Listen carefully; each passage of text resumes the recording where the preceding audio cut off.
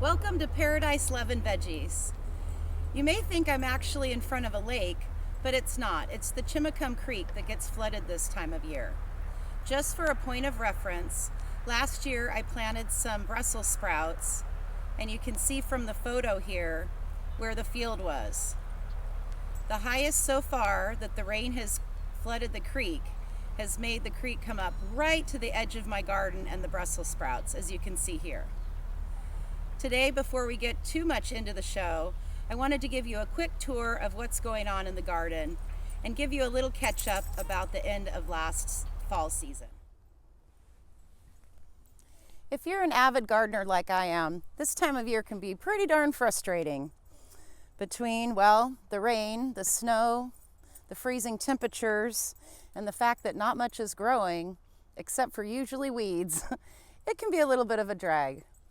Last fall, I worked super hard on weeding my flower bed, and the way it looks today, you can't even tell that I ever even touched it. It is just a complete wreck. But that's the way it goes. So in the fall time, you really want to give a little thought to what you want to spend your time doing and whether or not it's just going to be, kind of a waste of your time. I've still got Brussels sprouts growing. I ended up putting down a bunch of tarps this year because the weeds last year were out of control. After the tarps are laid down for a couple of months, you can see what the underneath side will look like. I even put some on the hill, thinking about planting some squash and possibly some pumpkins up there this spring.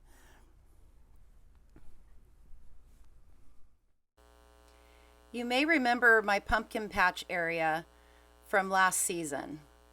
Boy, oh boy, it was a lot of work to put it in, but as you can see from all these pumpkins, I sure was successful growing them. These were called cornfield pumpkins, and they were specifically for carving.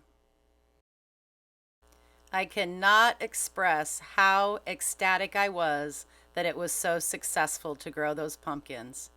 250 plus in all. What comes up must come down, or up in this case. I had to pull up all that plastic that I had laid down. It took a lot of time. I had to pull the old plants, pull out the staples in the cloth, and then hand roll each of the rows of cloth up into, rolls, one by one. So it was 10 rows in all. Took me quite a while to get it all done. This year, this area will be a grassy picnic area. And then, of course, I've got my hugelkultur area there in the middle. I'd love to walk over closer and show you, but it's a little bit wet and soppy, and I honestly don't want to hurt the grass from walking on it. So we'll have to save that tour for a later time.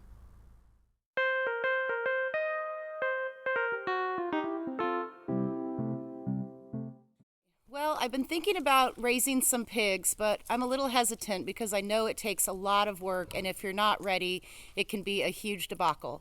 So I'm here today at Egg and Knife Gardens with my friend Doyle, and he's going to tell us the ins and outs of raising pigs. Hi, Doyle. Thanks for letting me come up today. Hi, thanks for coming, Sam. Yeah. So what do you think? I'm thinking about raising some pigs.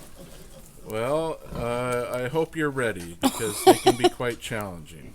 But look at these pigs here. You do so well at it. These pigs do really well in a shelter where we can keep them warm and dry, especially this time of year in January.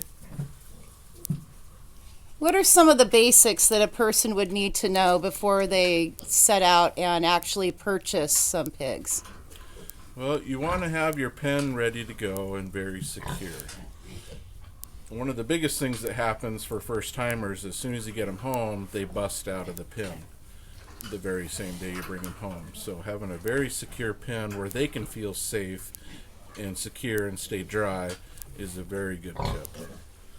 Our pens, our birthing pens here, serve us very well for raising out the babies and having the moms be comfortable. We have the outside section is the stinky wet area. And pigs will always want to have a stinky wet area. So if you give them a good space, you're a lot better off in the long run. And I see your dog is over there kind of hanging out there. How do dogs get along with pigs?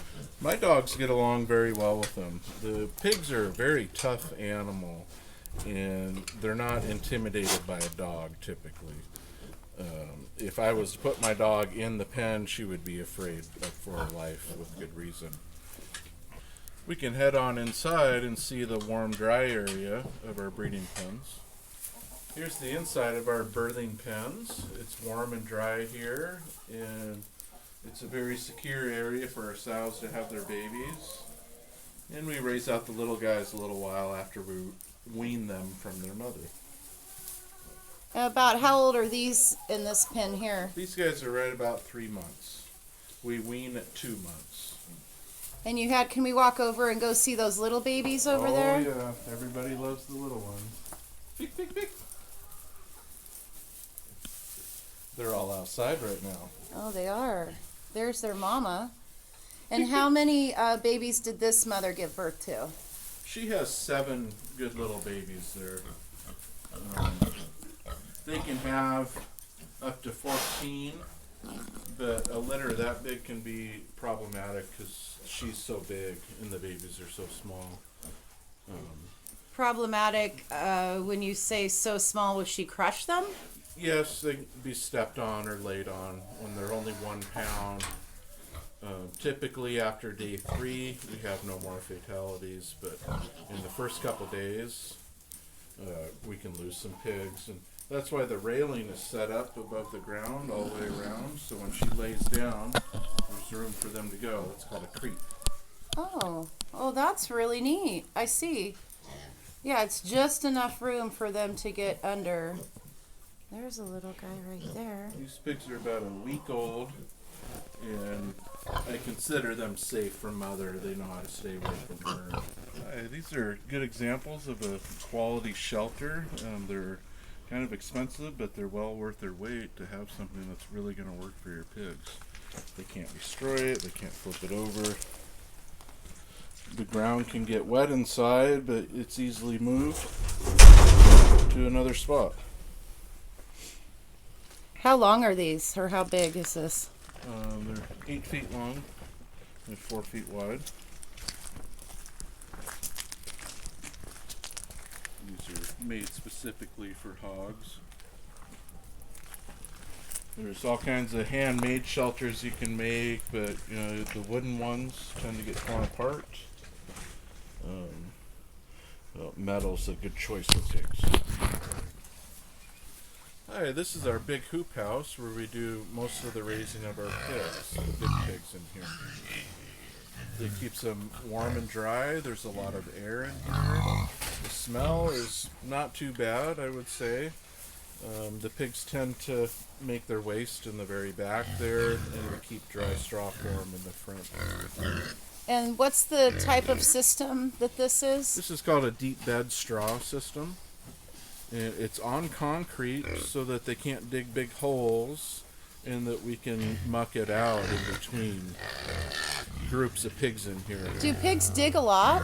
Pigs dig a lot. Like how much? Like would they actually dig underneath a fence? They can easily dig underneath the fence. They can make a hole the size of their entire body within a couple minutes. Oh, wow. We'll have to take you out back and show you. Okay.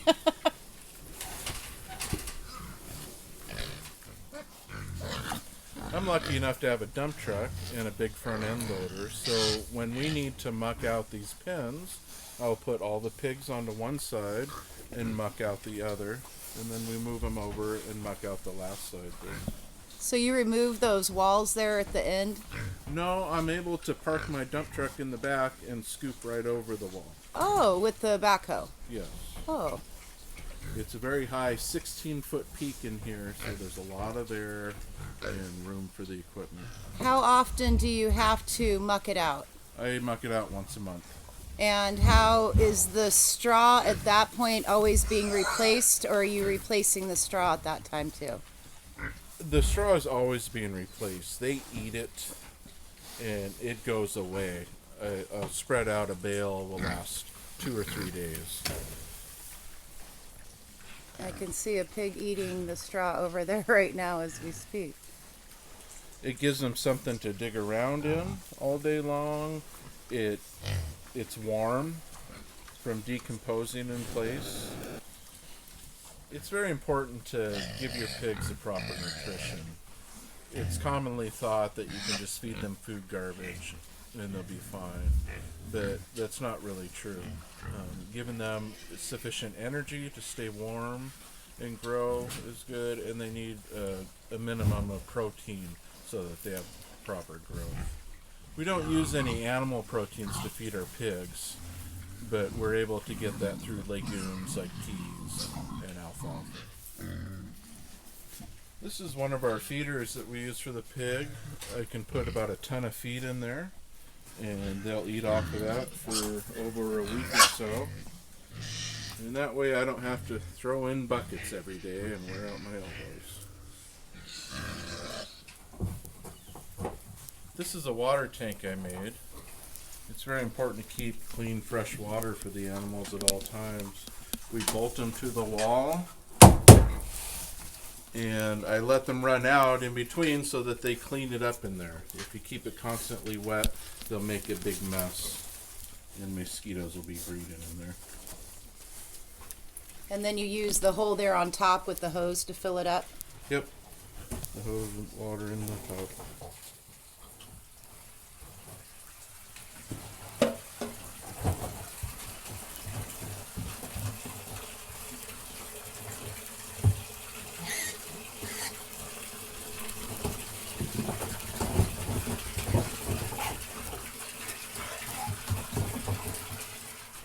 A lot of people make a mistake when they first start raising pigs by using a tub to water them in. So you go out in the morning, you fill the tub with water, and as soon as you turn your back, the pig dumps the water out and rolls in it. They don't have the intelligence to save their water. So you want to nail it to the wall. Here's an example of our outdoor system. We have our adult pigs that come in here. They spent about a month in this area and completely destroyed it. Huge holes, big mess, and it stinks back here. The pen next door, all green, is how this looked 1 month ago. My pigs, the Tamworth pigs, have the longest nose of a domesticated pig, and that gives them the most leverage to dig the biggest holes.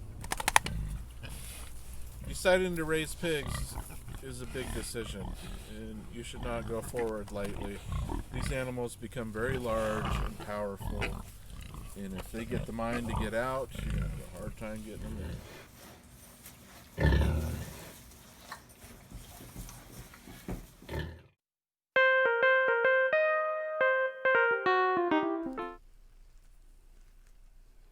Hi. Today I'm in the kitchen doing something that I love to do, which is basically creating something to eat out of just random ingredients that I happen to have. A neighbor gave me some tomatoes. They're like a miniature Roma kind of cherry tomato, and I didn't really feel like cold tomatoes. They're from the grocery store and pretty picky as a gardener on my tomato taste.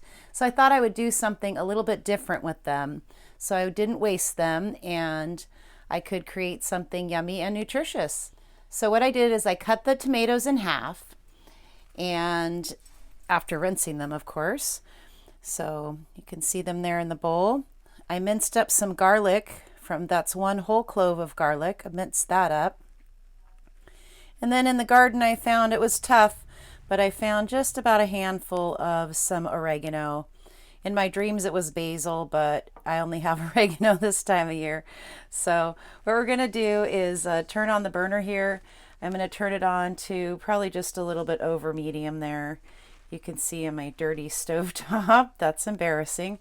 We're going to put just a little bit of olive oil in the pan. It's kind of hard to see with the light. You can't see with the light, but it's probably, I don't know, a couple tablespoons.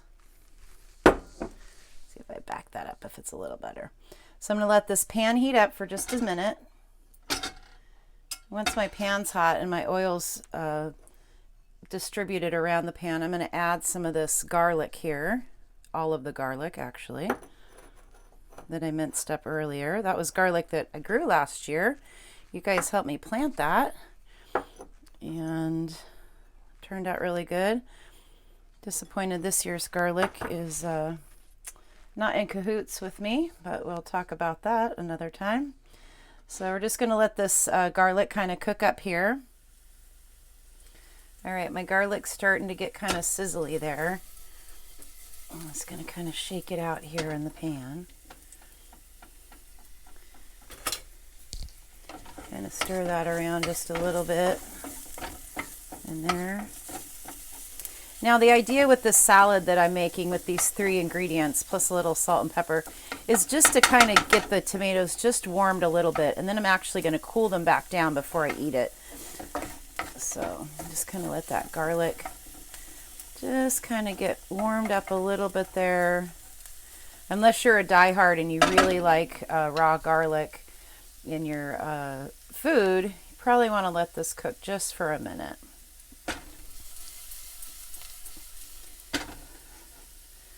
All right, I think that looks pretty good. I do want it fresh tasting. I don't want everything cooked down, but I also don't want to hurt the next person that I come in contact with garlic breath. So, okay, we're going to pour in the tomatoes. You can hear them sizzling. That's what we want. Nice hot pan. And you probably have a tendency to want to move these right away to start shaking the pan, but it's really important that you just let them stay for a minute and kind of brown up just a little bit. I know it's tough. If you're really anxious in the meantime, you can put a little bit of salt and pepper in here. It's hard to do with one hand, so we're just going to pretend I'll add a little bit of pepper. Okay, so I'm just going to really gently kind of move these around here. And you can see here in the corner that garlic's really starting to brown up, which looks great. Let's just kind of move this around a little bit.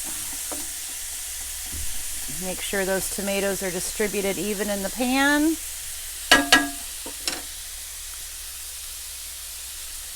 And then I've got these herbs here. I'm going to go ahead and just kind of try to put on top as evenly as I can. And we're going to just let that kind of sizzle in for a few minutes. Okay, it has been a couple of minutes, and I'm going to just gently kind of stir this around here. You see, I'm not really trying to cook these tomatoes. I'm just trying to kind of get them to soften up, just warmed up just a little bit.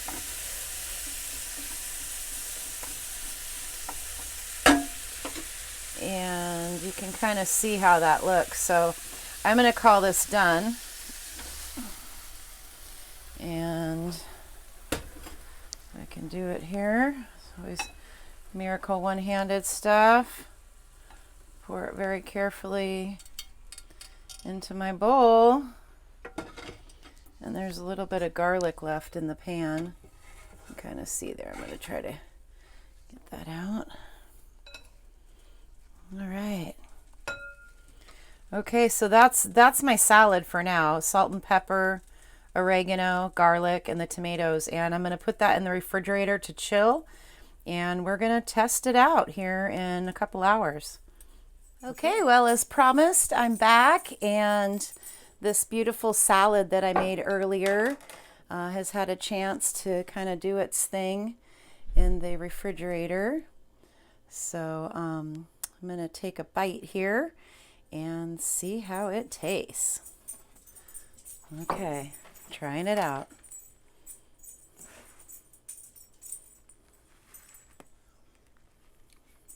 Oh my God. Wow. Super, super good. That's yummy. Try making that at home. Delicious. I wanted to wrap up today's show, but first I wanted to issue an apology. When I did my Long Beach show last episode, I made the mistake of calling gorse Scotch broom. And actually, they're both a noxious weed. They're both in the pea family, but the gorse has thorns, whereas the Scotch broom does not. Gorse blooms in the early season until about April, and Scotch broom blooms from about April to June. So I apologize. You could meet Scotch broom in the middle of the night and it would have no stickers to hurt you. So anyways, my apologies. I didn't even know there was something called gorse. So live and learn. And I can't take a picture of the Scotch broom because it's out of season to bloom. So there you go. Learn something new every day. Thanks for watching Paradise Love and Veggies. I'm Samantha, and we'll see you next time.